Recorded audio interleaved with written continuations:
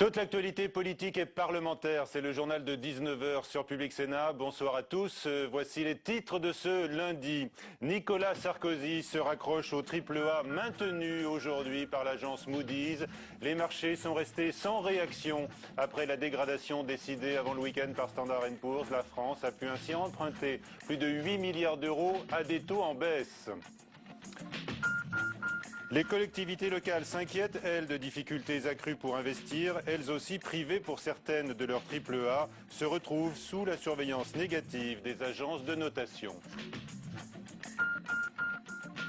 La CGT reproche aux autres syndicats une passivité coupable à 2 jours du sommet social qui se réunira donc à l'Elysée mercredi dès 9 h le matin. Des mesures se dessinent comme la TVA sociale pour renforcer la compétitivité des entreprises. Et puis le choc du 19 h ce soir, une confrontation d'idées entre Charles Becbédé, le médiatique homme d'affaires, secrétaire national de l'UMP, et Nathalie Arthaud, candidate de Lutte ouvrière à l'élection présidentielle.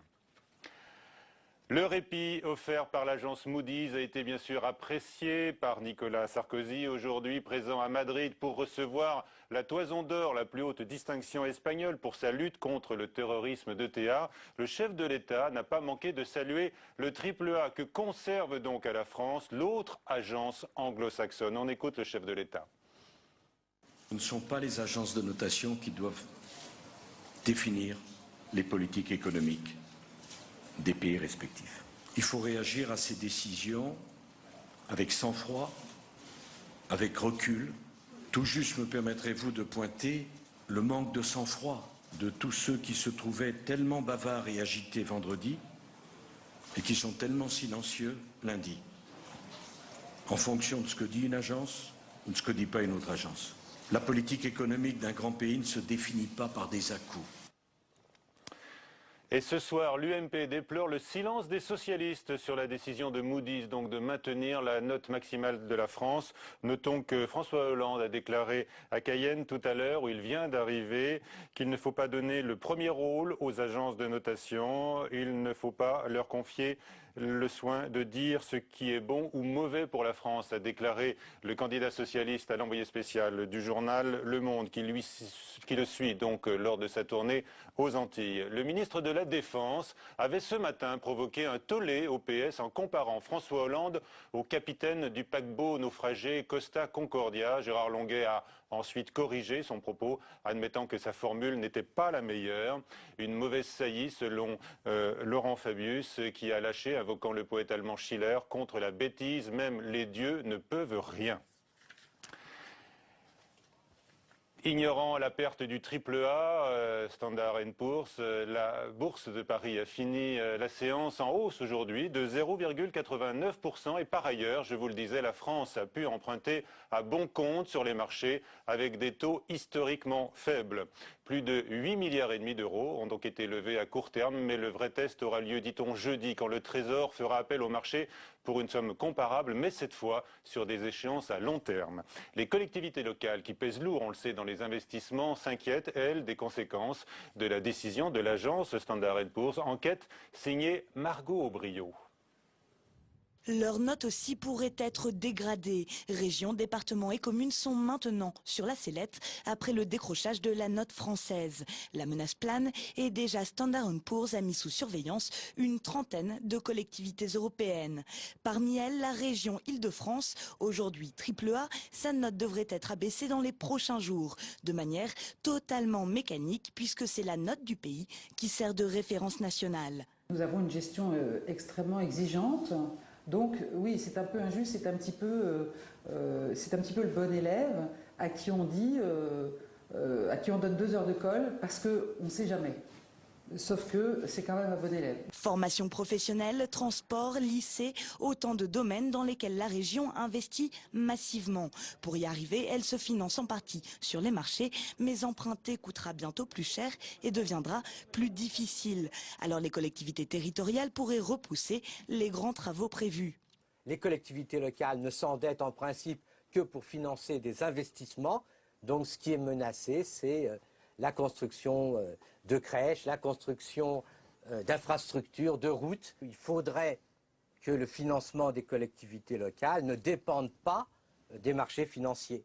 Même conséquence donc pour les finances de l'État, des taux d'intérêt plus élevés et aussi un risque pour les contribuables locaux de voir leur feuille d'imposition repartir à la hausse.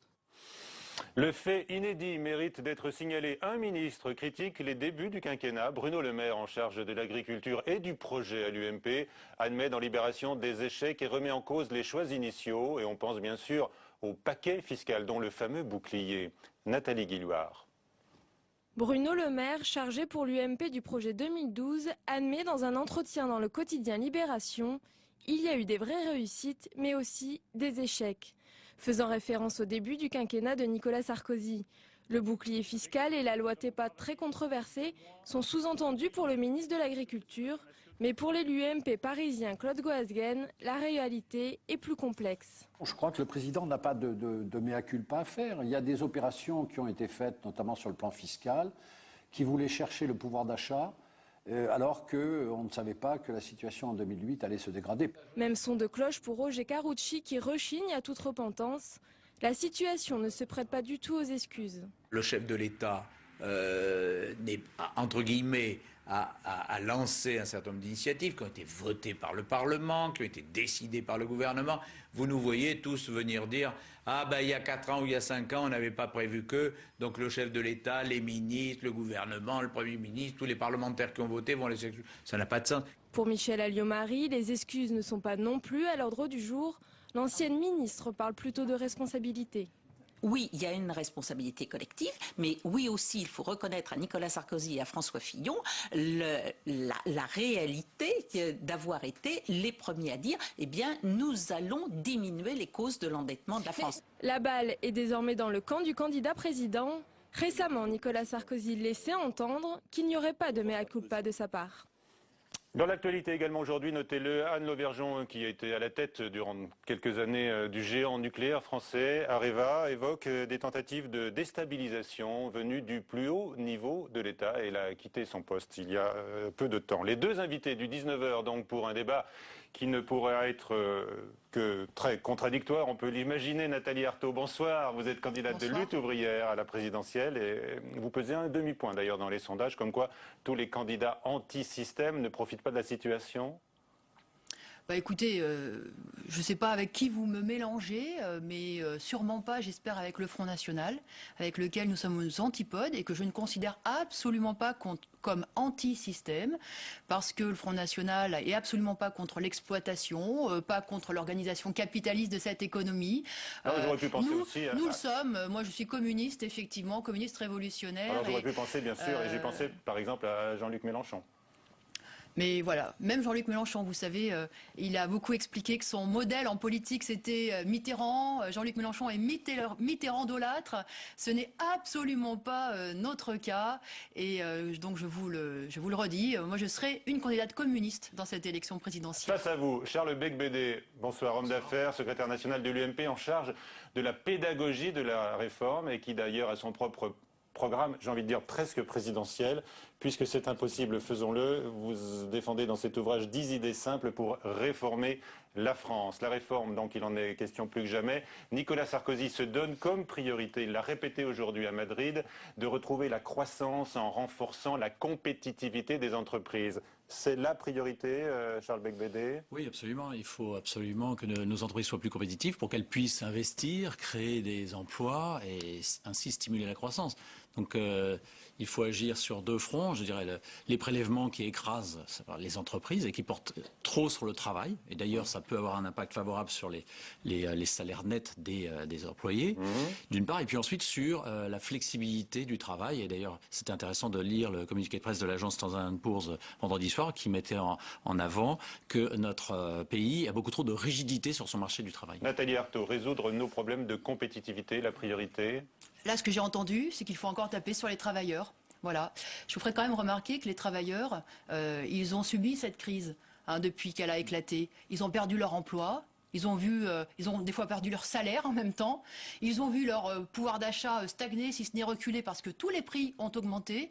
Et vous êtes encore en train de dire que c'est eux qu'il faut faire reculer, que c'est sur eux qu'il faut taper, que c'est eux qui doivent faire des sacrifices en acceptant d'être moins bien payés, d'être plus taxés, de plus travailler. Eh bien, écoutez, moi, je suis absolument pas d'accord. Et je constate que dans cette crise, ceux qui s'en sortent bien, c'est ceux qui nous disent qu'on n'est pas assez compétitif. Mais attendez, si on n'est pas assez compétitif, pourquoi ils se donnent 37 milliards, les actionnaires du CAC 40 aujourd'hui?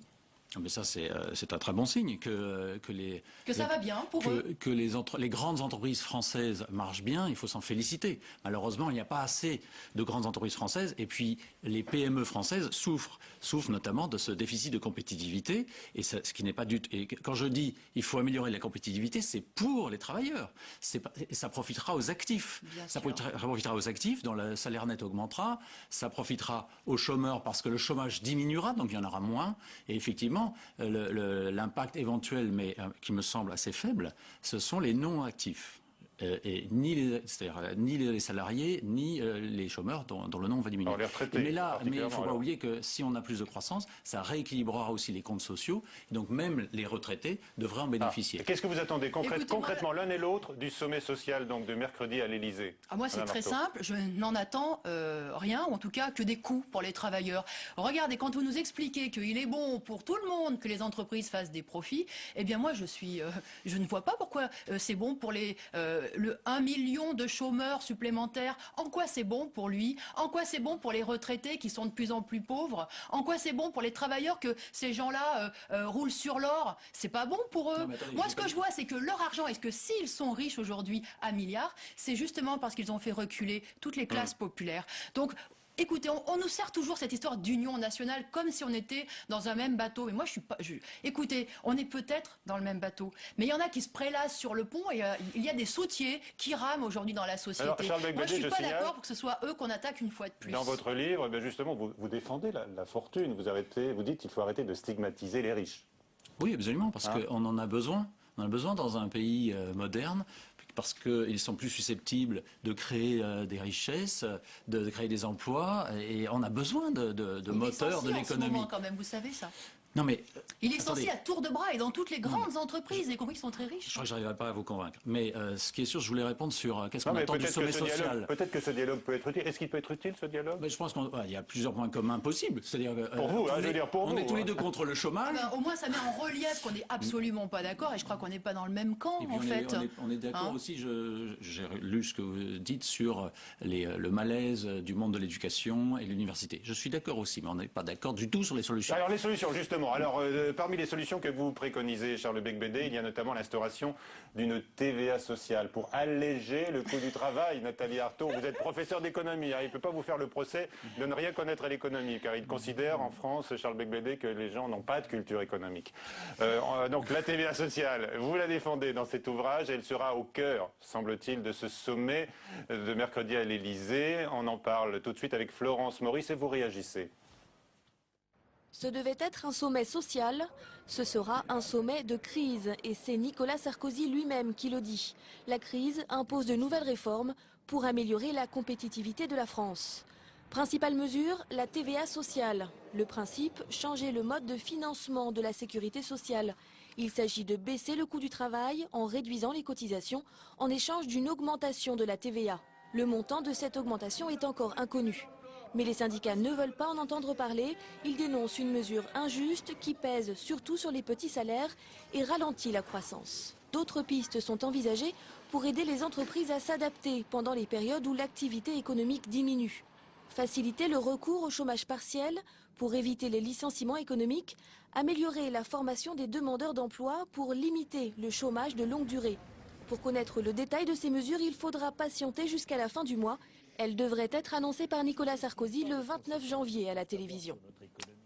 Alors on peut noter que Standard & Poor's ne défend pas forcément la rigueur, ni les plans d'austérité face à la dette. Cela fait un point commun avec vous, Nathalie Arthaud. En revanche, l'agence de notation appelle à des réformes de structure. Évidemment, ce ne sont pas les mêmes que vous défendez l'un et l'autre. Quelle réforme de structure est-ce que vous défendez, Nathalie Arthaud, concrètement? Moi, je défends des mesures urgentes à mettre en œuvre. Et moi, je suis par exemple pour l'interdiction des licenciements.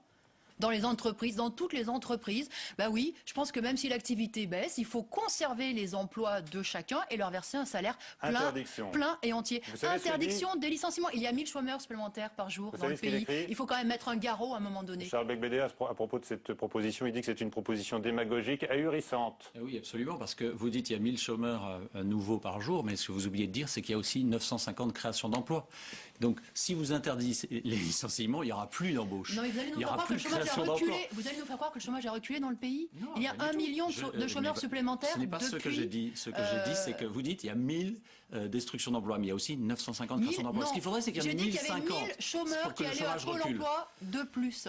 Et ça, c'est une véritable hémorragie. Et regardez même à la FNAC. Même à la FNAC aujourd'hui, ça supprime des emplois. Et dans toutes les grandes entreprises, celles que vous vantez, dont vous dites qu'elles vont apporter des emplois. Il y a à peu près 2 900 000 créations d'emplois par an en France. Alors, c'est vrai qu'il y a 3 millions de destructions d'emplois. Donc, il y a 4 millions de chômeurs. Je suis désolé que vous enseigniez. Je suis assez étonné que vous enseigniez l'économie, parce que franchement, là, interdire les licenciements, c'est vraiment revenir à l'âge de pierre. Il ne faut pas oublier que l'état naturel de l'humanité, vous savez, c'est pas l'état dans lequel nous vivons aujourd'hui avec un haut niveau de vie.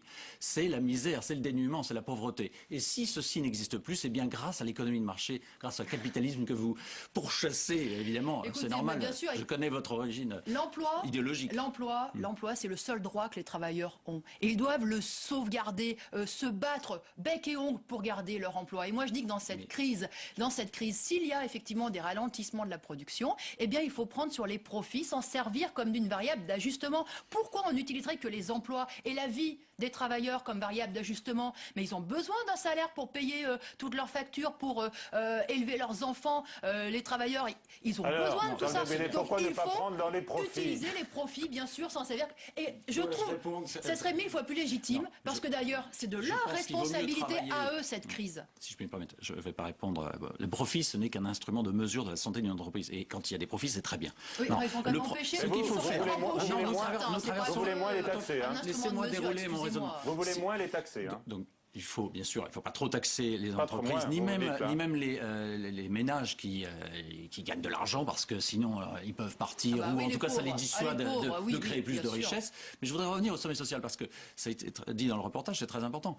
Le chômage partiel, ça, c'est une bonne mesure. On est en retard sur l'Allemagne. Il faut qu'on mette en place un certain nombre de mécanismes, qu'on complète les mécanismes existants pour permettre un meilleur chômage partiel. Et d'ailleurs, on ne devrait pas dire chômage partiel, on devrait dire activité partielle. Mais vous êtes fort pour inverser les choses avec des formulations. Mais ces personnes ne sont pas licenciées, ils restent dans l'entreprise. Mais qui paye? On va leur demander de moins travailler, et puis pendant le temps qui leur est disponible, on va mieux les former. Moi, je suis pour que ce soit le patronat. C'est à la fois les entreprises. Le grand patronat qui paye et pas l'État. Parce que ça suffit de nous expliquer qu'y compris, on va mettre en place une TVA sociale, mais qu'est-ce que ça veut dire? Ça veut dire qu'il va falloir que nous payions, nous, de notre poche, ce que les patrons payaient en charge sociale. Mais moi, c'est une escroquerie grossière. Ça veut dire tout simplement baisser les salaires et nous demander, nous, effectivement, car de les compenser. salaires augmenteraient, puisqu'il est possible, mais ça, c'est aux partenaires sociaux d'en décider avec le gouvernement, qu'à l'issue de ce sommet, il y ait un allègement de cotisations patronales et de cotisations salariales qui permettrait d'augmenter la feuille de paie de tous les salariés. Alors, les propositions... Exactement comme les restaurateurs l'ont fait, n'est-ce pas? On a bien vu les répercussions en termes d'emploi et de salaire. Tout ça, c'est du baratin. C'est du baratin. Il y a des tas de propositions, évidemment, qui voient le jour durant la campagne présidentielle. Faut-il remettre en cause la 5e semaine de congés payés, comme l'a imaginé ce week-end Luc Châtel? Oui ou non? Non, là franchement, de toute façon, j'ai pas très bien compris cette intervention, parce que vous savez, actuellement, beaucoup de personnes qui travaillent dans des grandes entreprises, elles sont à 10 semaines de congés payés. Donc parler des 5 semaines de congés payés, c'est un peu étrange. Donc en revanche, qu'on revienne de 10 à 5, pourquoi pas? Mais revenir sur cet acquis social important de 5 semaines de congés payés me paraît pas du tout utile. Autre question, faut-il augmenter la durée hebdomadaire du travail? Hervé Morin aujourd'hui se réjouit de voir que Dominique de Villepin vient sur sa position, à savoir 37 heures hebdomadaires. Oui ou non? Ah mais écoutez, ça, des idées pour faire travailler plus les salariés, pour les payer moins, pour leur prendre dans les poches, alors ça manque pas. Hein. Tous les jours, il y en a 2, 3, 4 idées. Alors ça, il n'y a pas de souci. Ils savent sur qui il faut taper. Hein. Alors écoutez, ça suffit tout ça. Hein. C'est quand même les banquiers, c'est les responsables, c'est les grands capitalistes qui doivent aujourd'hui assumer les dégâts de cette crise. Et il y en a marre que ce soit les travailleurs sur qui on tombe toujours à bras raccourcis. Bon, vous savez, vous avez dit, oui, les capitalistes sont très utiles, c'est eux qui créent la richesse, mais je ne suis pas d'accord avec vous. Ceux qui crée la richesse, ce sont les travailleurs. Et sans travailleurs qui sont exploités et qui d'ailleurs sont de plus en plus exploités, parce que c'est les cadences qui augmentent. Vous savez, vous parlez de chômage partiel, mais il y a des entreprises qui mettent des salariés en chômage partiel, alors que sur d'autres ateliers, ils augmentent les cadences, qui demandent des heures supplémentaires. Tout ça pourquoi? Parce que l'État paye une grande partie du chômage partiel et ils font le calcul que ça leur rapporte. Eh bien moi je dis oui, effectivement, il faut qu'on répartisse le travail entre tous les salariés sans perte de salaire et que ce soit le patron qui paye. Bon, parce que je ne sais pas si vous avez autant de fougue lors de vos cours d'économie. Vous mettez autant de fougue? Mais vous savez, quand je suis au travail, c'est exactement comme vous. Vous ne montrez absolument pas vos idées et vos opinions, vous voyez. Vous restez neutre. Et bien moi, je fais de même quand je travaille. Je vais essayer de répondre. Alors, les travailleurs ont un rôle éminent, bien sûr, dans la création de richesse, mais ce sont les entrepreneurs qui créent la richesse. Par la division du travail mieux organisée, par la connaissance humaine qui progresse, par une meilleure exploitation des richesses naturelles. C'est comme ça que progressivement, des entrepreneurs ont pu créer des richesses qui leur a permis de s'enrichir, en effet, mais qui a permis surtout d'enrichir le niveau de vie moyen de leurs concitoyens. Qui dirige bien la société et l'économie avec la crise dans laquelle on est enfoncé là depuis 3 ans, dans la crise où ils nous ont mis. La population mondiale a été multipliée par 7. Pourquoi ? Mais ce n'est pas une coïncidence, c'est le développement, c'est la révolution industrielle, c'est le développement de l'économie en marché, c'est le capitalisme. Donc je ne comprends pas vos arguments. Charles Becbédé, qu'est-ce que vous pensez des critiques du début du quinquennat? On en a parlé tout à l'heure dans le journal. Les critiques du ministre Bruno Le Maire, le ministre de l'Agriculture, qui vise apparemment le paquet fiscal, la loi TEPA, le bouclier fiscal. Il juge qu'on aurait pu faire des choix différents. Vous êtes d'accord? C'est impossible de refaire l'histoire. Il y a 5 ans, rappelez-vous, on était en croissance qui était assez soutenue, 2006, 2007, et il y avait un constat qui était clair, c'était que les prélèvements obligatoires par rapport au PIB étaient trop élevés en France. On était recordman de l'OCDE. On l'est toujours, hélas, mais donc il n'était pas absurde de baisser les prélèvements obligatoires, de baisser les impôts. C'était une promesse de campagne du président Sarkozy. Et donc, il l'a fait. C'est tout à son honneur. Maintenant, il a eu 2 énormes crises sur ce quinquennat. Donc maintenant, on peut refaire l'histoire. Mais je pense que c'était de bonnes décisions. Alors, vous êtes très audacieux sur le plan fiscal, puisque vous voulez donc instaurer en France la flat tax. C'est-à-dire tout le monde paierait le même pourcentage de ses revenus au fisc et il serait prélevé à la source. Alors, et ça avantage les riches. Non, pas du tout. Ça avantage tout le monde parce que ça permettrait d'augmenter les recettes et donc ça permettrait de baisser les déficits et de financer par exemple, les prestations sociales qui sont actuellement plus financées. Donc c'est irresponsable de continuer à les développer d'ailleurs. Donc l'idée c'est que chacun paye un impôt unique prélevé à la source, proportionnel à ses revenus, quel que soit le type de revenu. Tout le monde. Et ça sans exception. Et ceci se substituerait à la CSG, à l'impôt sur le revenu, à l'ISF, au prélèvement libératoire, au droit de transmission, au droit de succession. Vous en avez assez des taxations sur le patrimoine, vous le dites également. Plus de taxations sur le patrimoine, en effet, qui sont injustes. Bon, ça c'est sûr, on ne va pas vous réconcilier les deux sur ce sujet. Sur les agences de notation, j'aimerais qu'on y revienne. Il y a là également 2 opinions qui s'affrontent. Laurence Parisot, la présidente du MEDEF, vous êtes toujours membre du MEDEF, Monsieur Becbédé, voit dans la perte du AAA un électrochoc. Or, Nicolas Sarkozy, quelques heures plus tard, à Madrid, donc, a appelé au sang-froid. Il estime, lui, que sur le fond, ça ne change rien. Or, je lis dans votre livre, Charles Becbédé, vous faites allusion à la perte du AAA par les États-Unis et vous estimez que cette première dégradation a sonné la fin de l'État-providence. Oui, c'est tout à fait ça. C'est 36 ans après l'attribution de la note. Vous pouvez dire merci aux agences de notation, apparemment. Mais il faut refonder l'État-providence, redéfinir le périmètre de l'État. Effectivement, on ne peut plus vivre à crédit. Cette perte du AAA est un symbole très fort. Allez, on s'intéresse à ces agences de notation et à leurs pouvoirs colossaux. Mais comment travaillent-elles? Simon Barbary a tenté d'y voir plus clair dans leur méthode de travail. Dégradé, pas dégradé, l'économie française ne sait plus où donner de la tête. 3 jours après la dégradation de la note française par Standard & Poor's, ce matin c'est l'agence de notation Moody's qui confirme le AAA français. Ces différences d'appréciation remettent sur le devant de la scène la question de la méthodologie des agences de notation. Standard & Poor's utilise 47 critères et prend en compte aussi bien les dimensions économiques que les facteurs politiques. 50 critères pour Moody's, essentiellement basés sur la structure économique du pays. Mais si les critères sont connus, leur application demeure opaque. Chez Moody's, par exemple, c'est un seul analyste, un Allemand francophone basé à Francfort, qui est en charge de la notation française. Reste pour lui à rédiger un rapport détaillé avec une recommandation. La décision finale revient à la direction de l'agence de notation. Une chose est sûre, une grande part de subjectivité gouverne dans l'attribution des notes. L'agence de notation chinoise Dagong avait en décembre dernier dégradé la note française à un simple A+, sans provoquer d'émoi particulier. Nathalie Arthaud, est-ce que vous avez réuni vos 500 signatures de maires Sans transition. Non, mais vous vouliez dire un mot sur vous voulez supprimer les agences de notation? Non, mais moi, c'est les marchés financiers qu'il y a derrière qui sont choquants, parce que c'est en réalité eux qui ont le pouvoir et qui dirigent et qui dictent aux dirigeants politiques les mesures à suivre, et à Sarkozy, comme ils l'ont fait pour Papandréou, comme ils l'ont fait pour Berlusconi. De ce point de vue-là, Sarkozy n'est pas mieux que les autres. Il se fait dicter effectivement les choses. Et moi, ce qui me choque, c'est qu'on a eu en septembre 2008 des grands discours nous expliquant, c'est Sarkozy lui-même qui nous a expliqué qu'il allait moraliser le capitalisme, mettre les marchés financiers sous contrôle. Au final, c'est eux qui ont tous les pouvoirs. Ils continuent d'ailleurs d'inonder les mêmes de milliards, ces irresponsables-là. Et moi, ça me choque. Vous vous rendez compte, ils ont eu 500 milliards d'euros de lignes de crédit là, pour quasiment rien, pour 1% à Noël. Les mêmes banquiers vont les reprêter à combien aux États ? 3, 4, 5, 6%. Eh bien écoutez, c'est un cadeau immense. Il est hors de question que les travailleurs aient à payer pour ces spéculateurs et pour ces banquiers. Un mot sur ce point, Charles Becbédé, pour répondre. Mais nous devons emprunter près de 180 milliards en 2012. Au niveau de la zone euro, c'est 800 milliards, hors la Grèce et le Portugal.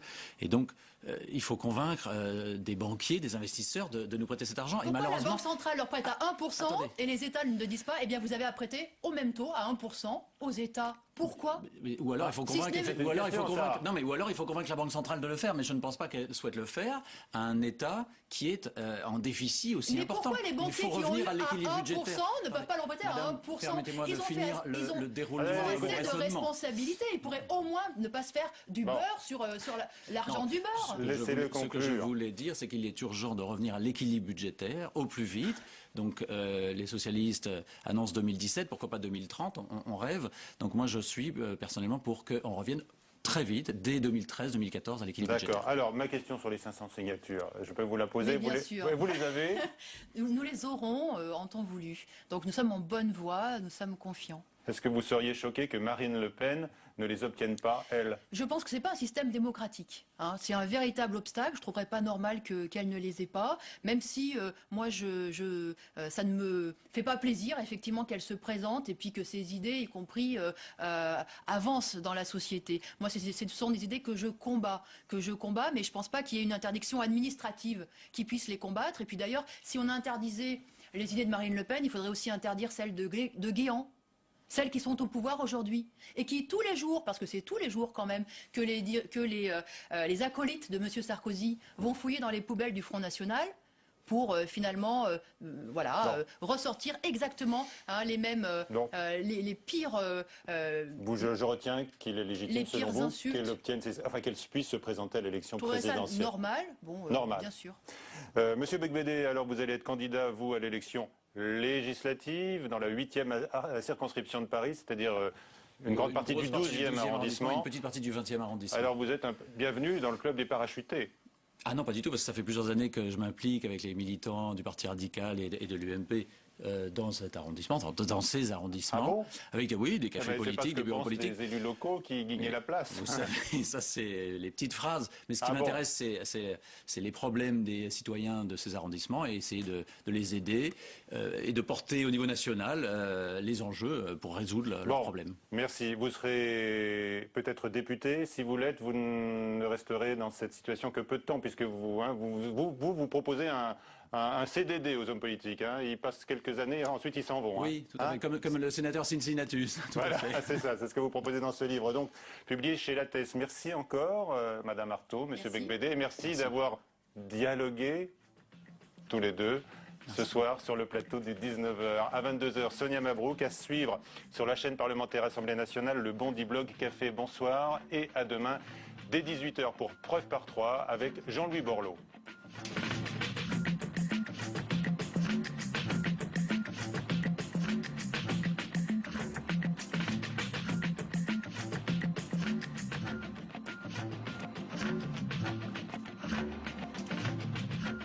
Bonjour Pascal. Moi c'est Franck. Bonjour, je m'appelle Eva. Moi c'est Diane. Et on part en Israël. Pour moi, Israël, c'est le peuple juif, c'est la Shoah. C'est la guerre. C'est la question palestinienne. C'est les grands lieux religieux. C'est aussi des images de vacances, la mer Rouge. La mer morte. Donc nous, on va essayer de vous aider à préparer votre voyage en essayant de répondre à vos questions. Pascal, notre voyageuse, considère qu'Israël est une démocratie, mais est-ce que tous les citoyens sont traités de manière égale? C'est comment se comporter pour ne pas heurter les traditions religieuses? Est-ce qu'il y a des choses à ne pas faire ou à faire? Le modèle économique, est-ce que c'est un pays à l'européenne ou est-ce que quand on est quand même au Moyen-Orient, est-ce qu'il est plutôt ancré dans le Moyen-Orient? Si on partait en Israël, jeudi à 18h30 sur Public Sénat.